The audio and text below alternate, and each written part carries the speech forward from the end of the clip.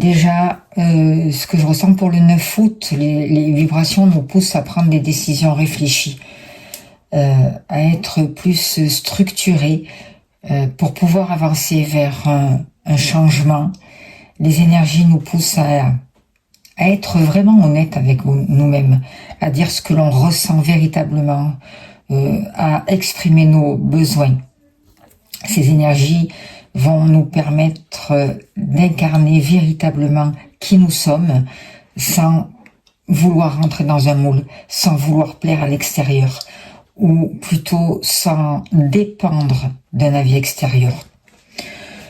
Nous pourrions ressentir un fort besoin de dire les choses, de dire ce que nous ressentons, de dire la vérité.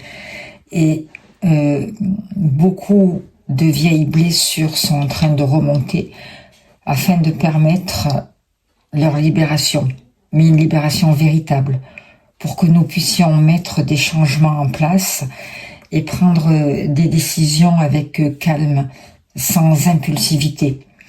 Un basculement peut vraiment avoir lieu qui va nous permettre un alignement conscient.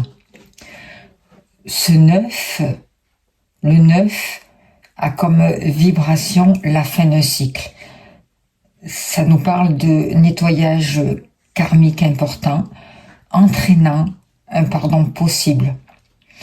Le 9 nous dit qu'il est important de clore un chapitre, qu'il est important de lâcher tout ce qui nous encombre, tout ce qui encombre notre chemin, et de pouvoir rompre avec ce qui n'a plus de sens pour nous.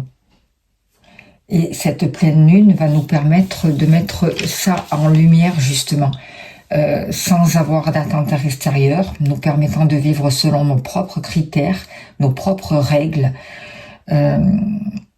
certes avec beaucoup de tension, beaucoup de ressenti, avec besoin de reconnaissance, le besoin d'être libre, d'être détaché de toutes ces contraintes.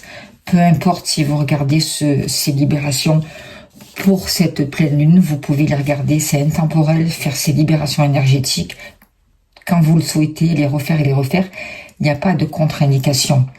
En tout cas, ce sont des énergies où nous avons la possibilité de manifester nos intentions de manière beaucoup plus claire, plus juste.